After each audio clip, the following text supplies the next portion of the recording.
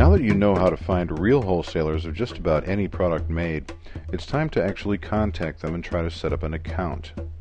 The account you're trying to set up will allow you to buy products from the wholesale company and resell the products at retail to your online business customers. This process will be the same no matter how you found your real wholesale supplier, but we're going to assume here that you found them by asking the product's manufacturer for a list of their authorized wholesalers. Start calling the list of wholesale suppliers that you got from the manufacturer. When you get an answer, ask for the sales department. In the last section of this lesson, when we talked about calling the manufacturer, you were asking for the sales department as well, but that was different. You were calling a manufacturer, and their sales departments only sell to wholesalers. This time, though, you're going to be talking to the person who is either going to give you a wholesale account or isn't. Your attitude on the phone during this first contact actually goes a long way toward determining whether the sales rep will give you an account. Remember, you are the one who needs the goodwill of the account rep, not the other way around. Here are some very basic things, as a home-based business owner, that you want to remember when you call a wholesale account rep for the first time. Don't make first contact business calls from a cell phone. It's annoying to the reps who have to deal with your signal cutting in and out, and it will feel unprofessional to them. Make sure you don't have a stereo blasting in the background, or kids screaming and running around the house, or dogs barking. You want the rep to think you're calling from an office, not a home. Offices are quiet. Never call with an attitude. If you act like you're doing the rep a favor by calling them, that account rep will most likely decide not to do business with you, and then you'll have to move on to another wholesaler. This needs to be a polite business conversation.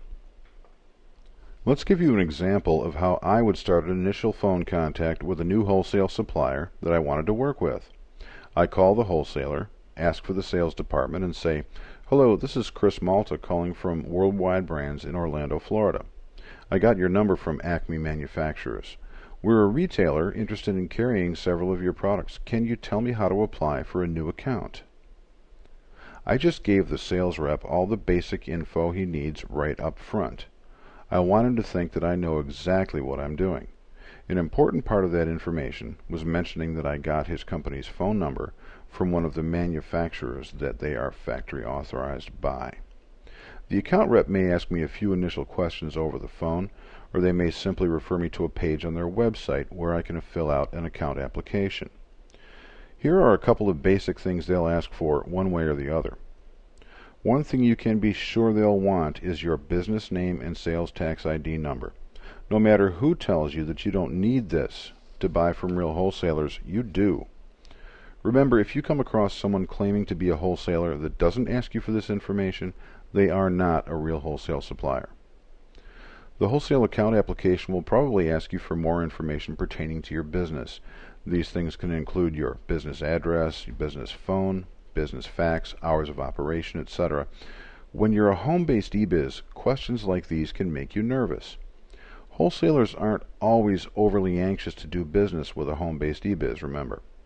So when you answer these questions, consider your answers carefully before submitting the application. That application should look professional, and it helps if it looks like it comes from a business location and not a home. Don't try to hide the fact that you're home-based. You'll tell the wholesaler that before your account setup is complete anyway. It just helps if you can get further into the account setup process with them before you end up having to tell them that. The wholesaler will also probably ask you how long you've been in business. If you're a new business, you can say less than a year. If they ask you for the date you started your business, you can just put down the year alone. Another question you'll have to answer for most wholesalers is, who are your trade references? What a wholesale account application is asking here is, what other wholesalers have you bought from in the past?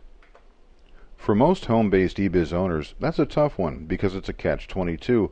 If you're trying to get set up with your first wholesaler, you don't have any trade references, but your first wholesaler may not set you up without them.